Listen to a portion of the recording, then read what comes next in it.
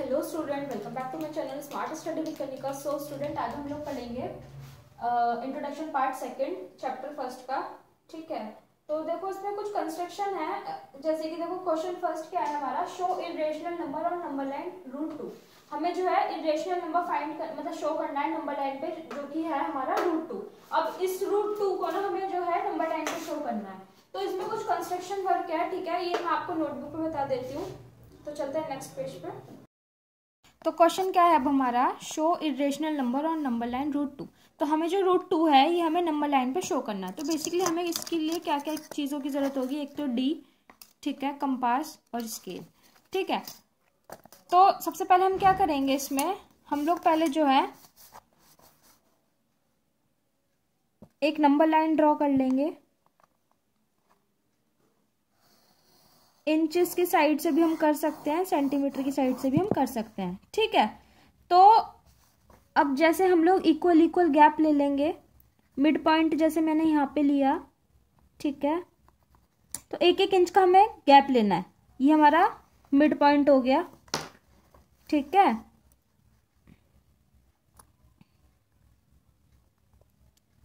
Equal gap लिया, 1 inch का हमने लिया, एक यहाँ पे आया, एक यहाँ पे आया,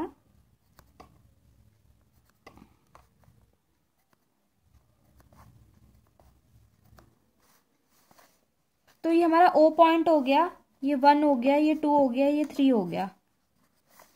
ठीक है, यहाँ पे -1, इधर के जो नंबर लाइन में जो इधर की जो डिजिट होती है हमारी पॉजिटिव में होती है और इधर की जो होती है वो हमारी नेगेटिव में होती है। तो -1, -2, -3।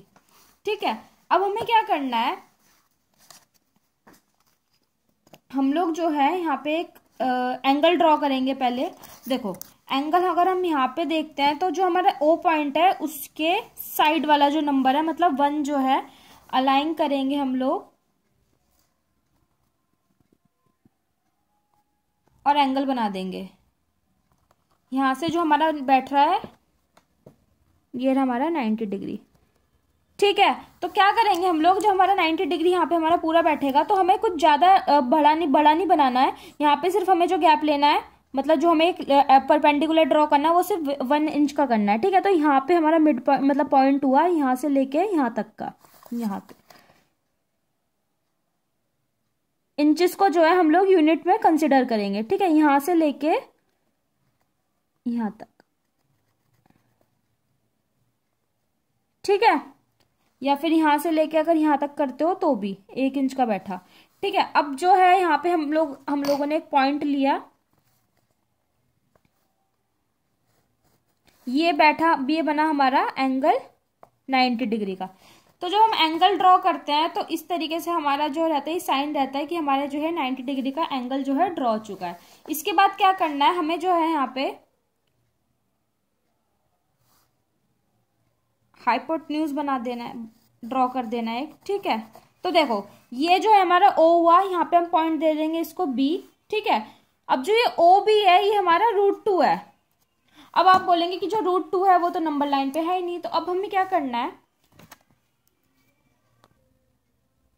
अब क्या करना है, हमें यहां से लेके यहां तक, मैंने जैसे बताया था हमारा जो परपेंडिकुलर है वो भी 1 इंच का है और जो हमारा बेस है वो भी 1 इंच का है।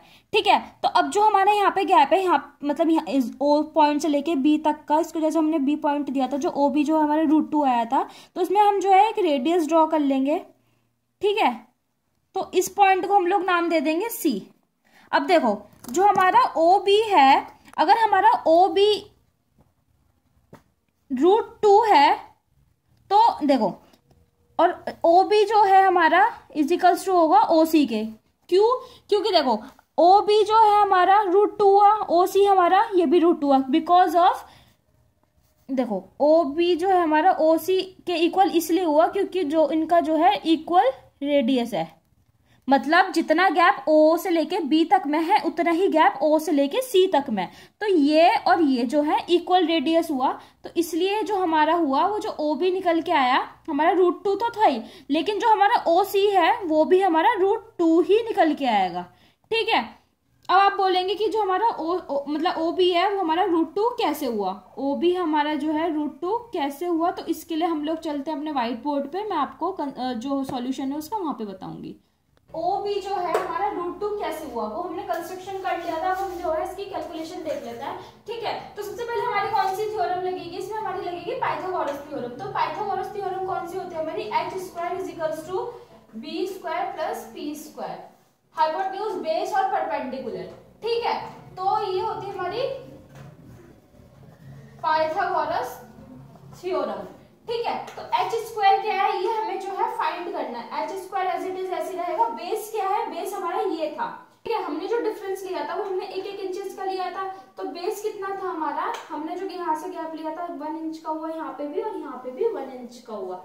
ठीक है, तो बेस कितना हुआ 1² प्लस परपेंडिकुलर, मतलब ये जो ए से लेके बी तक है ये हमने कितना लिया है, ये भी मतलब 1 इंच का हुआ। तो ये जो परपेंडिकुलर है हमारी ये जो लाइन है ये 1 इंच की है, तो इसमें क्या होगा 1² चढ़ जाएगा।